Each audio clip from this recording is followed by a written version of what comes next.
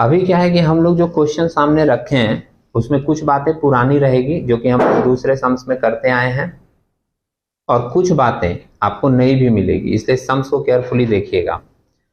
मेरे बुक में ये है क्वेश्चन नंबर 63। आपके बुक में पुरानी होगी नई होगी तो थोड़ा आगे पीछे हो सकता है नंबर। कंपनी का नाम है सीसी कंपनी लिमिटेड, दिखा। पहले सम्स को एक बार सुन लेना, कंप्लीटली समझ लेना, उसके बाद मैं करूंगा तो आप लोग हमको बताइएगा कि कौन सा फिगर कितना लेना है सम्स में से देख देख कर, समझ रहे हैं। और जब मेरा कंप्लीट हो जाए उसके बाद आप लोग कीजिएगा, जब आपको चीज पूरा क्लियरली समझ में आ जाए तो। समझ रहे हो? क्वेश्चन पढ़ता हूं, पहले समझना। लिखा है CC company limited issued 30,000 shares of ₹10 each eight A premium of ₹5 पर शेयर।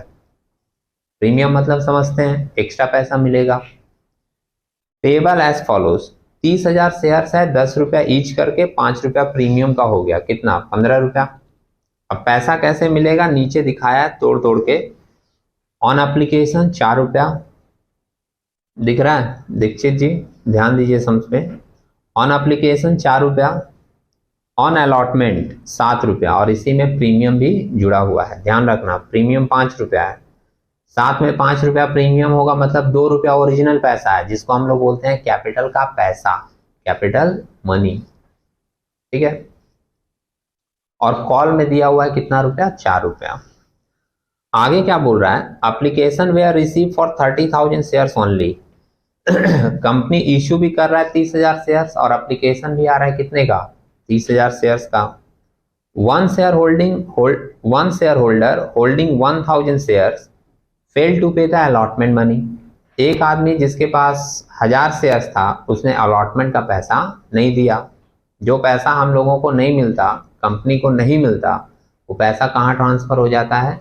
कॉल्स इन एरियर में कर देंगे। On his subsequent failure to pay the call money the shares allotted to him were forfeited. मतलब वो allotment का पैसा तो नहीं दिया, इसके बाद तुरंत जब कॉल मनी हुआ तो वो कॉल का पैसा भी नहीं दिया, और जैसे ही उसने कॉल का पैसा नहीं दिया कंपनी ने उसके शेयर को कैंसिल कर दिया, जिसको हम लोग नाम देते हैं फॉरफीचर ऑफ शेयर्स, ठीक है। और क्या लिखा? Other than that all amounts were duly received, these forfeited shares were reissued at ₹9 each. मतलब ये जो 1,000 शेयर्स कैंसिल किया गया था, ये 1,000 शेयर्स बाद में कंपनी ने फिर क्या किया? री इश्यू कर दिया। कैंसिल करने के बाद तो कंपनी के पास शेयर आ जाता है, कंपनी रख के क्या करेगा? तो फिर उस शेयर्स को क्या किया? दूसरे को दे। समझ रहे हैं? इसको हम लोग बोलते हैं री इश्यू। लेकिन री इश्यू कितने में कर रहा है? ₹9 में। शेयर का ओरिजिनल वैल्यू, जिसको हम लोग फेस वैल्यू बोलते हैं, वो है ₹10। आप री इश्यू कर रहे हो ₹9 में, मतलब इस बार जो इश्यू हो रहा है वो आपका डिस्काउंट में हो रहा है। दिखा? बोला क्या है? So the necessary journal entries in the books of company. और ये West Bengal higher secondary exam में आया हुआ क्वेश्चन है, मेंशन किया नीचे WBHS, दिख रहा है। तो पहले मैं इसकी सारी एंट्रीज करूंगा, आप लोग एक एक करके बताइएगा, जब मेरा कंप्लीट हो जाए तो फिर आप लोग कीजिएगा, समझे? चलिए स्टार्ट करते हैं। और क्वेश्चन नंबर मैं दे दे रहा हूं जो मेरे बुक में है, कितना है? 63, ठीक है, दिख रहा है? लिख दें यहां पर हम लोग इन द बुक्स ऑफ, दिख रहा है ना? इन the books of CC company limited journal. Journal का फॉर्मेट रहेगा भाई, एक बार दिखा दे रहे हैं आपको, यहां पर डेट रहता है, पार्टिकुलर्स, और क्या होता है? LF, फिर DR अमाउंट, और फिर CR अमाउंट। सही है? चलिए, आपको एक बात बताई गई है कि इसमें जो एंट्रीज होती है वो ऑर्डर वाइज होती है, मतलब जितना एंट्रीज आपको लिखवाया गया है वो आपको ऑर्डर वाइज करना है, बीच से कोई एंट्री उठा के आगे पीछे करना नहीं है, समझे? तो पहली एंट्री सबसे आपको कौन बताई गई थी लिखने के लिए? एप्लीकेशन मनी रिसीव का। समझ रहे हैं? जो लोग क्लास एब्सेंट वगैरह किए हैं वो लोग ध्यान से देख लें, मैं स्टेप वाइज बता रहा हूँ, शुरू से आपको समझ में आएगा अगर आप थोड़ा भी एंट्रीज को पढ़े हुए हो तो। समझे?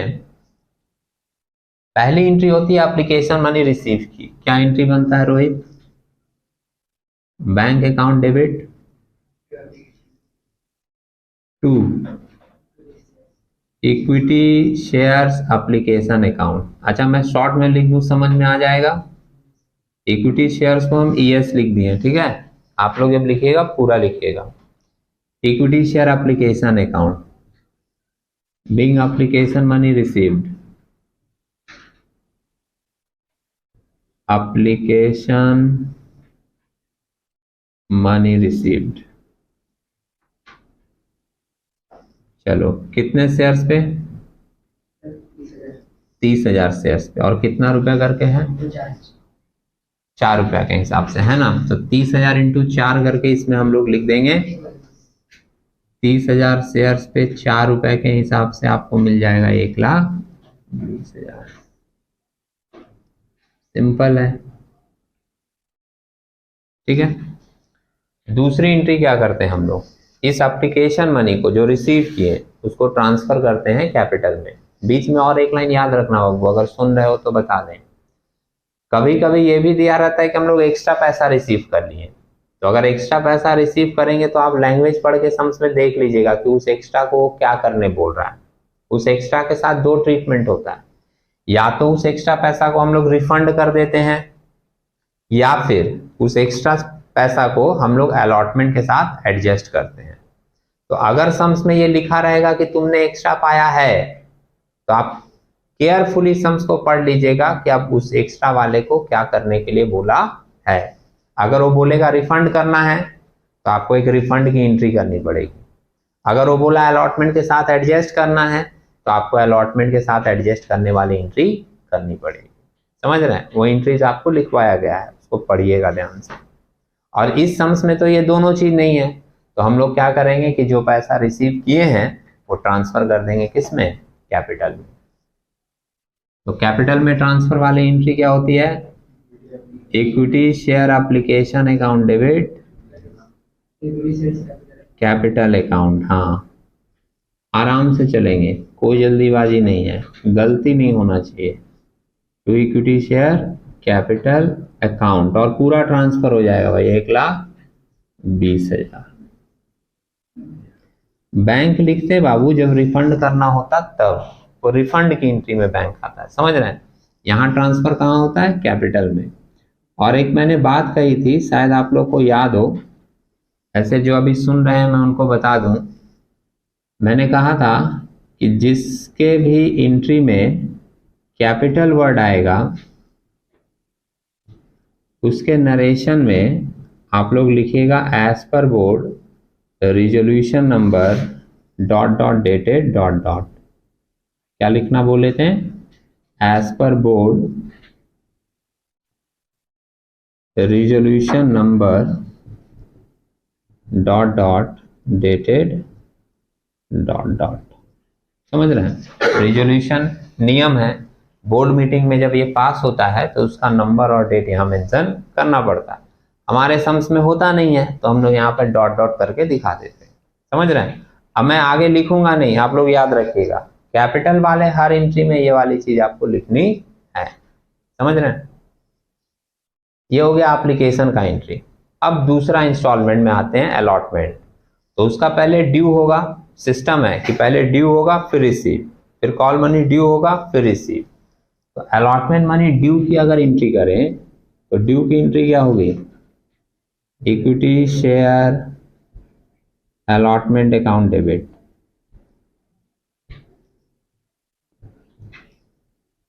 To equity share capital account. समझ रहे हैं? To securities premium reserve account. क्या लिखे हैं? सिक्योरिटीज प्रीमियम रिजर्व, शॉर्ट में इसको बोलते हैं एसपीआर। प्रीमियम भी था ना इसमें। चलो, 30,000 शेयर्स पे कितना करके रेट दिया है? 7 रुपया। 7 × 21, 2,10,000। इसमें कैपिटल का कितना पैसा है, 30,000 शेयर्स पे 2 रुपया करके, 30 दूनी 60, और प्रीमियम में कितना चला जाएगा, 30,000 शेयर्स पे 5 रुपए के हिसाब से, 5 तिहाई 15, 1,50,000। और नरेशन लिखते रहे शॉर्ट में, being allotment money due, allotment money due. समझ रहा है राहुल, समझ रहे हो ना? छोड़ दो भाई, तितली आ गया है तुम उसी के पीछे पड़ गए हो, रहने दो, वो भी अपना जीवन जी रहा है। वो तो अपने काम में लगा है, वो तो तुमको नहीं देख रहा है, और तुम अपना फोकस छोड़कर देख रहे हो कि तितली कहाँ उड़ रहा है। हमको तो सीखना चाहिए उससे कि वो अपने काम में लगा है, तो हमको भी क्या करना है, अपने काम में लगा रहना है, समझे? छोड़ दो, रहने दो, और मारना मत कोई उसको, समझे? ऐसा नहीं कि बैठा झपट दिए, इंसानी आदत है, ऐसा नहीं करना, छोड़ने दो। खैर, ये हो गया ड्यू का एंट्री, क्लियर है? अब हम लोग करेंगे रिसीव का एंट्री, लेकिन सम्स में देखना, रिसीव में एक बात बोला था कि एक पर्सन जिसके पास 1000 शेयर्स है उसने फेल किया है अलॉटमेंट मनी, दिखा? जब हम लोग रिसीव करेंगे, रिसीव का एंट्री लिख रहे हैं, तो लिखेंगे bank account debit,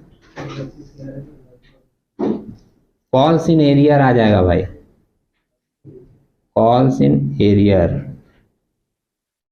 account debit to equity share allotment account, है ना? अलॉटमेंट में पूरा लिख देंगे 2,10,000 दिख रहा है। कॉल्स इन एरियर में कितना लिखेंगे, 1000 शेयर्स पे, 1000 शेयर्स पे 7 रुपए के हिसाब से नहीं मिला, कितना आएगा, 7,000। और सोच के देखो, 2,10,000 में 7,000 आपको नहीं मिला, तो कितना मिला, 2,03,000 माइनस करके वो आप डाल दोगे किसमें, बैंक अकाउंट में, और नरेशन लिख देंगे, बीइंग अलॉटमेंट मनी रिसीव्ड।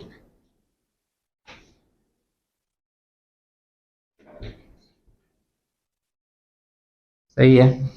इसके बाद हम लोग करते हैं कॉल मनी ड्यू का एंट्री, तो वो एंट्री बनती है equity share call account debit, एक ही कॉल है ना, फर्स्ट एंड फाइनल अलग अलग नहीं है ना, तो equity share call account debit to equity share capital account, कितने शेयर्स पे, 30,000 शेयर्स पे, कॉल का रेट कितना दिया है, 4 रुपया, तो 4 के यहीं 12, 1,20,000 होगा।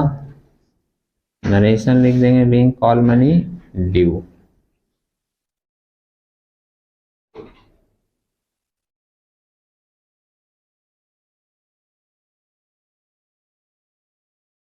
अच्छा, ये लास्ट वाला लाइन दिख रहा है क्या? इसके बाद हम लोग करेंगे कॉल मनी रिसीव का एंट्री। मैं रिसीव वाली एंट्री इधर दिखाता हूं आपको, समझ रहे हैं?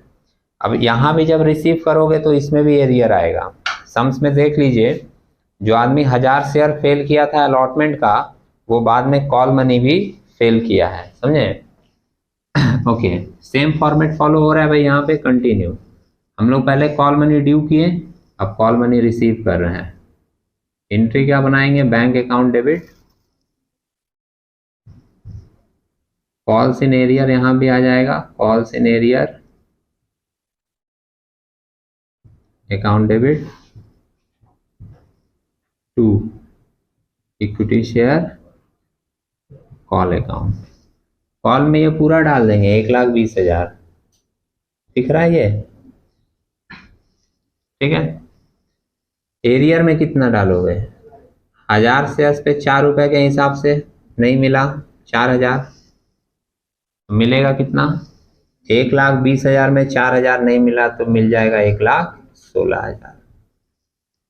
क्लियर है? नरेशन लिख देंगे, being call money received. Call money receive. समझ रहे हैं प्रोसेस। इसके बाद कॉल मनी रिसीव होने के बाद मेंशन किया है सम्स में कि जिस पर्सन ने ये 1000 शेयर्स का पैसा फेल किया, कंपनी उसका शेयर कैंसिल कर दे रही है, जिसको हम लोग बोलते हैं फॉरफीचर ऑफ शेयर्स। तो आपको एक फॉरफीचर की एंट्री इसके बाद करनी पड़ेगी, जो कैंसिल हुआ उसका एंट्री। अब फॉरफीचर में भी हमने अलग अलग एंट्री लिखाई है। पार का सम्स रहेगा तो अलग एंट्री है, प्रीमियम का रहेगा तो अलग एंट्री है। समझ रहे हो। तो हम लोग इसमें कौन सा वाला करेंगे फॉरफीचर का? प्रीमियम वाला। और वो एंट्री था equity share capital account debit. सुन रहे हो ना? Equity share capital account debit है, ये कैंसिल हो रहा है ना। फॉरफीचर का मतलब क्या है? कैंसिल। तो कैंसिलेशन में जो चीजें पहले हो रही थी अभी उसका उल्टा होगा। तुम नोटिस किए कैपिटल हमेशा तुम्हारा क्रेडिट हो रहा है। यहाँ देखो क्रेडिट है, यहाँ देखो क्रेडिट है, यहाँ देखो क्रेडिट है, दिखा। अब जब कैंसिल होगा तो ये कैपिटल क्या होगा? डेबिट।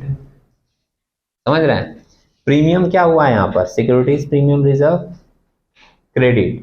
जब कैंसिल होगा तो क्या होगा? डेबिट। कॉल्स इन एरियर क्या हुआ है यहाँ पर? डेबिट। क्या हुआ है यहाँ पर? डेबिट। जब ये कैंसिल होगा तो ये होगा क्रेडिट। समझ रहे हैं। कैंसिलेशन हो रहा है ना, तो जो भी चीजें थी वो रिवर्स होंगी। Equity share capital account debit, कितना शेयर आप कैंसिल कर रहे हो? 1000 शेयर। और फुल्ली पेड अप वैल्यू पे लेते हैं 10 रुपया करके, कितना आएगा? 10,000। Securities premium reserve account debit, 1000 shares पे प्रीमियम का रेट कितना था? बोलो 5 रुपया ना, क्या आएगा? 5000। 2 calls in arrear account. Calls in arrear account में हम लोग 2 जगह एरियर किए थे, एक 7000 लिखा, दिख रहा है, और एक बार एरियर यहाँ हुआ कितने का? 4000 का, प्लस 4000, 7 और 4 11,000। और यहाँ लिखेंगे 2 शेयर फॉरफीचर अकाउंट। इसमें बैलेंस करके दिखाएंगे। 10 और 5 15, 15 में 11 कट जाएगा, कितना बचेगा? 4000। सुने। अच्छा एक बात और आपको बता दें, ये जो शेयर फॉरफीचर में 4000 गया, बैलेंस करके बोले ना डाल दो, वो एक्चुअली तुम बैलेंस करके उसमें दिखा देना, कोई प्रॉब्लम नहीं है। लेकिन अगर तुम चाहो तो तुम चेक कर सकते हो कि तुम्हारा कैलकुलेशन सही जा रहा है या गलत। अब चेक कैसे करेंगे? दरअसल रूल ये है कि शेयर फॉरफीचर में वही पैसा ट्रांसफर होता है, वही पैसा बचता है शेयर फॉरफीचर में, जो पैसा कंपनी उन शेयर्स पे जिसको वो कैंसिल कर रही है पहले ही ले चुकी रहती है। सुने मेरी बात, मैं लाइन को रिपीट करता हूं। क्या कहा मैंने? कि शेयर फॉरफीचर में वही अमाउंट बचता है जो कंपनी उन शेयर्स पे जिसको वो कैंसिल कर रही है पहले ही ले चुकी रहती है। आप कितना शेयर कैंसिल कर रहे हो? 1000 कर रहे हो ना। 1000 शेयर्स पे कंपनी कौन सा पैसा लिया था याद है? एप्लीकेशन मनी, क्योंकि अलॉटमेंट से तो वो फेल हो गया था, बोला था ना अलॉटमेंट का नहीं देंगे। तो कंपनी कौन सा पैसा उससे रिसीव किया था? सिर्फ एप्लीकेशन मनी। और एप्लीकेशन का रेट कितना था? 4 रुपया। दिखा? तो आप एक बार सोच के देखो, यहाँ पे तुमको लिख के दिखा दें, 1000 शेयर्स तुम कैंसिल कर रहे हो, उस पर तुम 4 रुपया करके रिसीव किए थे एप्लीकेशन का पैसा, अलॉटमेंट से तो वो दिया ही नहीं, तो तुम कितना उस पर रिसीव किए थे? 4000। दिखा? और यही वाला 4000 तुम्हारा गया है किसमें? Share forfeiture. दिख रहा है? Share forfeiture. क्लियर है?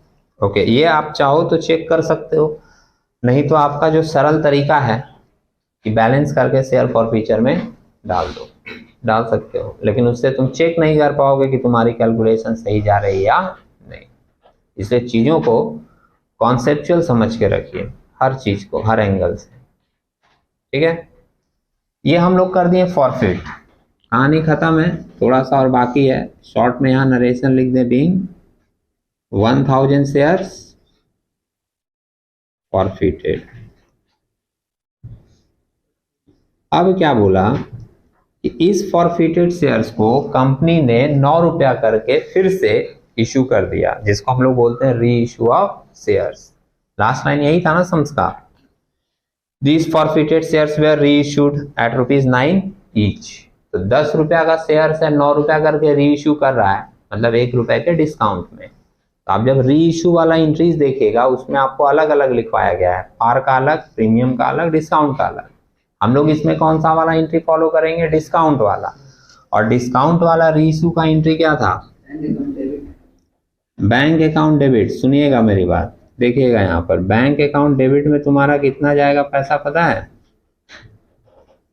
1000 शेयर्स पे 9 रुपया करके मिलेगा तुमको। कितना? 9000, है ना। 1 रुपया करके डिस्काउंट कटेगा। तो वो डिस्काउंट हम लोग काटते हैं किससे पता है? शेयर फॉरफीचर से। अगर मेरी बात तुम सुन रहे हो तो आपको बता दें, डिस्काउंट जो होता है वो किसी के लिए भी लॉस होता है। 1000 शेयर्स पे सुमित बाबू 1 रुपया करके तुमको डिस्काउंट देना है, तो तुम क्या अपने पॉकेट से दे रहे हो? नहीं, तुम तो उस 1000 शेयर्स पे 4000 पहले ही किसी का मार के बैठे हो, है कि नहीं। जैसे रूल क्या है कि 1000 शेयर्स पे जो 4 रुपया करके मिला था, 4000, वो कंपनी तो रख ली है अपने पास, उसका शेयर भी कैंसिल कर दिया और उसको पैसा भी नहीं लौटाई। तो 4000 तो कंपनी के पास पहले से ही है, दिख रहा है।